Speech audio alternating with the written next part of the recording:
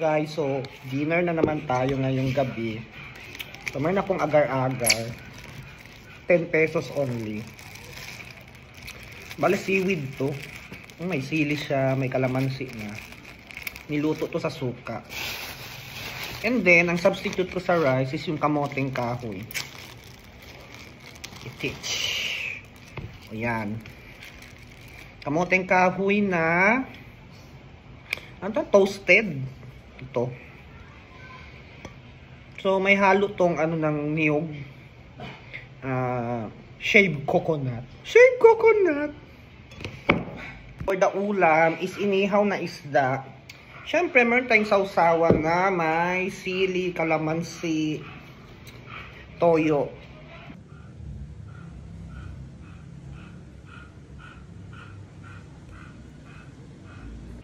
So mga unta guys, kay masarap ang aking ulam. Paborito ko. Ang tawag dito is low carb diet. Charos. Masarap siya. Yung alternative ko sa kanin. Perfect na perfect talaga sa inihaw na isda. With agar-agar yung seaweed. Sarap.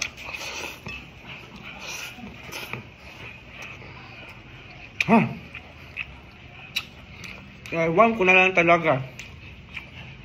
Ang maganda dito, madali kang mabusog. And then, hindi siya nakakasawa. Bale pala guys, ginayat pala to na kamoteng kahoy. Tapos piniga para matanggal yung starch. So unlike sa rice, may sumabit. Unlike sa rice, maraming starch. Ito wala. Tapos sausawan ko. Yung sausawan ko, daming sili. Masarap.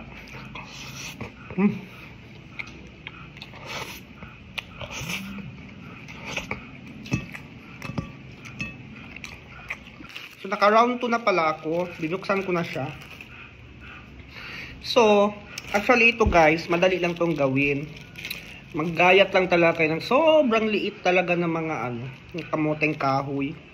Tapos pigain nyo lang. Siyempre buo-buo siya. Tapos yung shaved coconut. Tustahin nyo lang. Walang asin, walang bitchin. Yun lang talaga. So magkukumpul-kumpul siya ng ganito. Para siyang rice. Tapos kung may inihaw kayo na isda. Yan. Masarap talaga to. Pari sa inihaw na isda. Promise. Hindi talaga kayo magsisisi. So, tatanungin nyo kung magkano yung gasto dito. So ito, isang pack nito is 10 peso. Yung isda nasa 90, so dalawa 180. Dalawang ganito, to 200 plus. So itong agar-agar, itong agar-agar hay yung seaweed, yung ginagawang, sabi nila ginagawang goma, ginagawang tsinelas. Nasa 20 pesos lang rin to, or 10 peso ba. So yun, more or less nasa 200 plus lang talaga. So may dinner na kayo. Ganyan lang kasimple ang buhay dito sa amin.